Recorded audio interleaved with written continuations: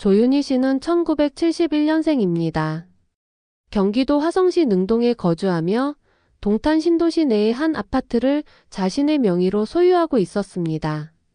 넉넉한 형편은 아니었지만 그녀는 오랜 시간 동안 절약하고 모은 돈을 바탕으로 마침내 첫내 집 마련의 꿈을 이뤘죠.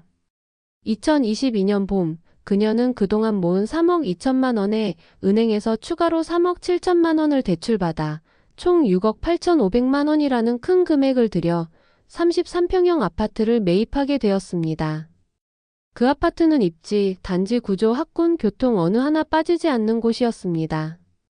그만큼 가격도 만만치 않았지만 그녀는 후회 없이 결단을 내렸습니다. 특히 놀라운 점은 해당 아파트가 불과 3년 전인 2019년에는 3억 4천2백만 원에 거래되었다는 사실이었죠. 단 3년 만에 가격이 정확히 2배로 뛰었습니다.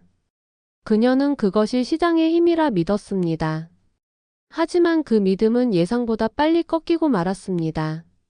조윤희 씨는 충청남도 예산군의 작은 시골 마을에서 태어났습니다. 흙바닥이 정겹던 마당과 앞산의 솔바람 소리가 귓가에 들리던 그런 곳이었죠. 아버지는 벽돌을 굽는 공장에서 일하며 하루하루 땀을 흘리셨고, 어머니는 봄이면 나무를 캐고 여름엔 들깨를 털며 시장을 오가셨습니다. 5남매 중 둘째였던 그녀는 항상 조용하고 얌전했지만 책임감만큼은 누구보다 강했습니다. 어린 시절부터 동생들을 챙기며 도시락을 나눠주었고 학교에서는 늘 반장이나 부반장을 도맡았습니다. 중학교 시절엔 방송부에서 매일 아침 교가를 틀고 교내 소식을 전하곤 했습니다. 남들보다 눈치가 빨랐고 먼저 움직이는 습관이 몸에 밴 그녀는 이미 학생 때부터 믿고 맡길 수 있는 아이라는 말을 자주 들었습니다. 부모님은 학비를 대주기 어려웠기에 고등학교를 졸업하자마자 서울로 올라가 생계를 꾸려야 했습니다. 상경 후 첫 일자리는 동대문 봉제 공장이었습니다. 새벽부터 재봉틀을 돌리는 일은 고되었지만 그녀는 묵묵히 손을 움직이며 하루하루를 버텼습니다. 그러던 중 손기술보다는 서류나 문서 업무가 자신에게 더 맞는다는 걸 깨달은 그녀는 퇴근 후에는 문서 작성과 컴퓨터 기초를 배우기 위해 작은 학원에 등록했습니다. 야간 편의점에서 알바를 하며 학원비를 충당했고 낮엔 졸린 눈을 비비며 수업을 들었습니다. 그렇게 몇 년이 흘러 20대 후반이 되던 해 그녀는 서울 강서구의 한 중소기업 기획실에 입사하게 됩니다. 그렇게 해서 비로소 사무직이라는 직업을 갖게 되었고 그 이후 25년 넘게 단 한 번의 중단도 없이 같은 분야에 몸을 담아왔습니다. 현재 그녀는 화성동탄에 본사를 둔 중견 제조기업의 기획지원팀에서 근무 중이었습니다. 주요 업무는 사내 사보 편집, 복지제도 설계, 홍보물 발주, 외부 협력사 대응 등 겉으로는 잘 드러나지 않지만 꼭 필요한 실무들이었습니다. 연 소득은 약 5,200만 원. 넉넉하진 않았지만 안정적이었고 무엇보다 그녀는 자리를 오래 지키는 것에 의미를 두는 사람이었습니다. 실장보다는 과장이 좋다는 말은 그녀가 자주 하던 말 중 하나였습니다. 팀장 욕심보다는 흐트러지지 않고 계속 버틸 수 있는 일을 선호했습니다. 30대 중반 짧은 결혼 생활을 겪고 난 후 그녀는 이혼을 택했습니다. 아이는 없었고 헤어짐 이후에는 오히려 마음이 편해졌다고 말하곤 했습니다. 이후 그녀는 저축에만 몰두하며 혼자 살아왔습니다.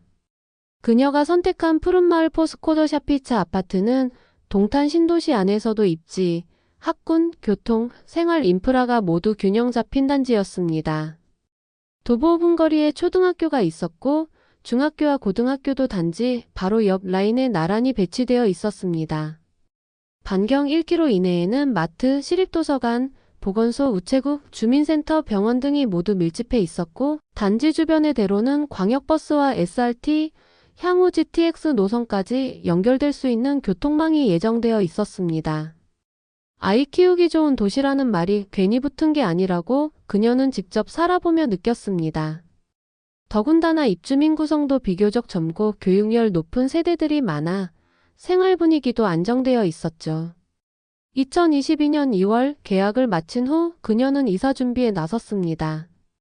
지난 10년간 사용해 온 가구와 가전, 자잘한 살림살이들을 직접 포장하며 몇 날 며칠을 밤새워 준비했습니다.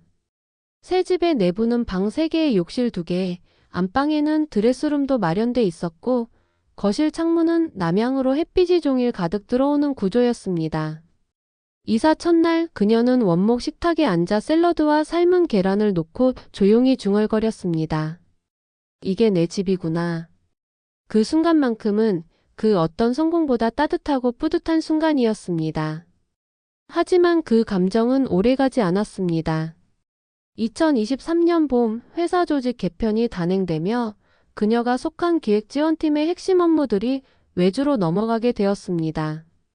인력은 줄지 않았지만 잔업은 늘었고 업무의 성격은 훨씬 무거워졌습니다. 기존의 문서 기반 업무 외에도 기업 블로그 운영, 지역 사회봉사 콘텐츠 제작 같은 외근성 프로젝트가 이어졌고 업무 시간은 늘어났지만 수당은 삭감되었습니다. 택시비도 개인 부담으로 바뀌었고 야근이 잦아지면서 식비도 늘었습니다. 생활비는 예상보다 빠르게 줄어들기 시작했고 그녀는 다시 엑셀 가계부를 열어 조정을 고민해야 했습니다. 그 무렵 몇 해 전 친척의 부탁으로 서줬던 연대보증이 결국 문제를 일으켰습니다. 당시엔 그냥 이름만 잠깐 빌려줘라는 말에 큰 고민 없이 도장을 찍었지만 그 업체가 2023년 봄 법정관리에 들어가면서 상황은 급변했습니다. 그녀에게 법적 채무 책임이 그대로 전가되었고 이로 인해 신용점수는 급격히 하락했습니다. 급한 불을 끄기 위해 신용카드 현금 서비스를 사용했고 마이너스 통장도 새로 열어 생활비를 메우기 시작했습니다. 하지만 한 달에 나가는 이자만 40만 원에 가까워지자 결국 그녀는 지인인 은보라 씨에게 5천만 원을 급하게 빌릴 수밖에 없었습니다. 그것은 잠시 숨을 돌리게 해줬지만 동시에 또 하나의 무거운 돌을 짊어지는 일이 되었습니다. 하지만 은보라 씨는 이내 그 돈을 돌려받지 못하자 법원에 가압류를 신청하게 되었습니다. 그것이 신호탄이었죠. 이후 그녀의 은행 대출도 연체되기 시작했고 2023년 12월 법원은 강제 경매 개시 결정을 내리게 됩니다. 2024년 10월 5억 3천만 원이 최종 낙찰가로 결정됐습니다. 조윤희 씨는 낙찰 대금으로 우선 은행 대출금 3억 7천만 원을 상환했습니다. 그 결과 그녀 손에 남은 금액은 1억 6천만 원 남짓. 하지만 이 금액은 그녀가 처음 투자한 자기 자본 3억 2천만 원의 절반 수준에 불과했습니다. 게다가 매매 당시 발생한 취득세, 연체이자, 소송비, 경매 비용, 세금 등의 각종 비용까지 더해 최종 실질 손실은 약 1억 8천만 원에 달하게 됩니다. 아무것도 남지 않은 상태에서 조 씨는 다시 전세를 구하기 시작했습니다. 하지만 예전처럼 새 아파트를 찾을 수는 없었습니다. 오피스텔, 빌라, 북향 다세대 주택들 사이를 전전하며 집이란 단어의 무게를 다시 실감하게 되었죠. 그런 그녀를 일으킨 건 뜻밖의 말 한마디였습니다. 회사 후배가 무심코 던진 선배님 없었으면 저희 팀 작년 행사 다 망쳤을걸요. 라는 말이었죠. 아무도 알아주지 않을 거라 생각했던 자신의 노력이 누군가에겐 도움이 되었다는 사실이 조 씨를 다시 붙잡아 세웠습니다. 지금 조윤희 씨는 투룸에 살고 있습니다. 아침 6시에 일어나 도시락을 싸고 출근길에 동네 편의점에서 커피를 삽니다. 남들이 보기에 별것 없는 삶이지만 스스로를 지킬 수 있다는 감각이 그녀에게는 가장 소중합니다. 돈은 잃었지만 사람을 잃지 않았고 기회를 잃었지만 존엄은 지켰습니다. 다시는 집이라는 단어에 마음을 쏟지 않기로 했고 대신 책상 위에서 정리된 문서처럼 삶을 단정하게 유지하려고 노력합니다. 그녀는 이제 부동산 카페를 보지 않습니다. 아파트 시세에도 부동산 투자 유튜브에도 관심을 끊었습니다. 일요일마다 도서관 옆 카페에 앉아 소설책을 읽거나 예전에 다녔던 요가 학원에 다시 등록해 몸을 다듬고 있습니다. 내 집은 사라졌지만 자신을 위한 자리는 다시 만들어지고 있습니다. 그녀는 말합니다. 처음엔 잃은 것만 보였지만 시간이 지나니 내가 다시 살아있다는 게 보이더라고요. 조윤희 씨는 그렇게 다시 시작하고 있습니다. 이상입니다. 유익했다면 좋아요와 구독 꼭 부탁드려요. 그럼 오늘도 오붓하세요. 감사합니다.